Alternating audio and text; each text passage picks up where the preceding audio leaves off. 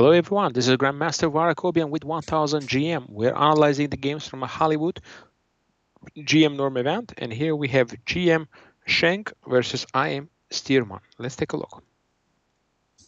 E4, C5, Sicilian defense. We have the Najdorf. Well, I was going to say Najdorf, but Josiah didn't play A6, he played Knight C6. And we reach these sharp positions where White has the center advantage and also castle long. So we're in for a sharp game here. B5. Seems like players are playing quite fast. Wow, castle by Josiah. This is not a move that you would see every day. I mean, the king is exposed, but simply castling into there, and the plan is to put a king on H8 and claim that this is absolutely nothing. Let's see. 92. Rook C8. Aha, very interesting moment here. Black has an opportunity to trade queens here. And trading queens in a position where you have two bishops is, Jonathan, usually favorable to the player with two bishops. So Queen A5, now saying, how are you going to protect A2 or how are we going to trade? Here, Rook D2. And we get into this position where, yeah, it's just a playable position here. So Knight D8, this is actually quite interesting. I just tried to maneuver the knight here. Interesting pawn, and the bishop can go on C6 after that. So Queen A5 would have been very interesting. This is something I would be looking because, you know, I want to take on A2 after that. The Rook C8, King B1. See, no longer this works. If you go now Queen A5, this is simply going to be met by a very powerful Queen H6 ideas. And trying to mate here, Knight F4, Knight H5. G3. Bishop H3, trying to put pressure on A6. Queen C8 defending, and now Queen E2. B4. Knight D4, putting pressure. Yeah, if you go Rook C2, Queen C2 is very good. B3. So, if you're wondering why not E5, forking two pieces, the answer is Knight D5 comes in, hitting your bishop. And if you take, Knight takes E7. Now taking on G8, and Black is going to have a very, very bad pawn structure here. And you're losing the pawn on D4. So, if you play bishop C6, Knight C7, and pawn takes.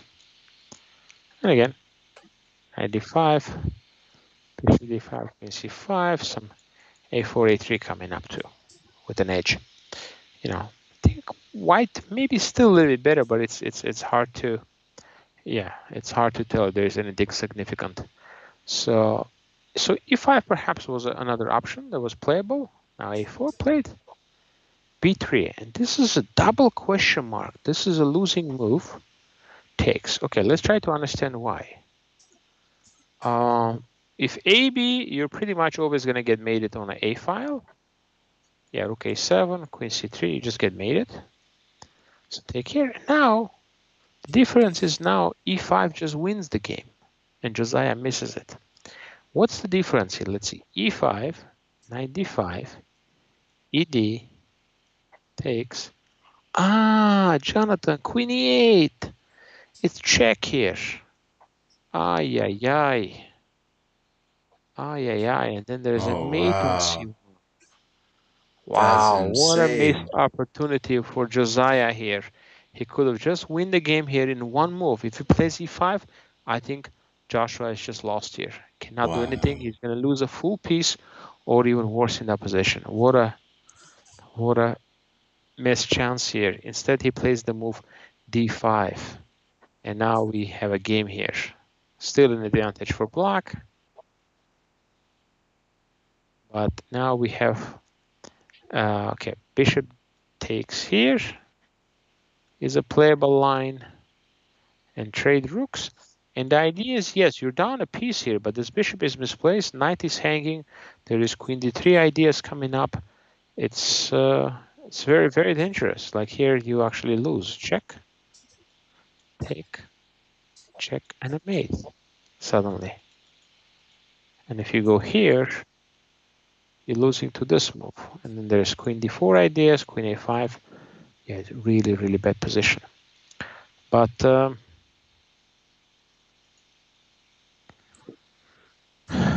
yeah, but instead he played rook d8 here immediately, and that simply missing this check, I think.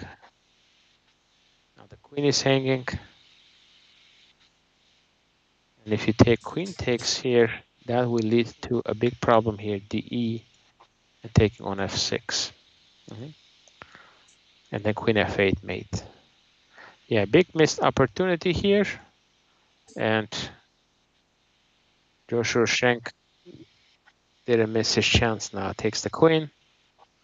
Yeah, Josiah had to give up a material to make sure he doesn't get mated. And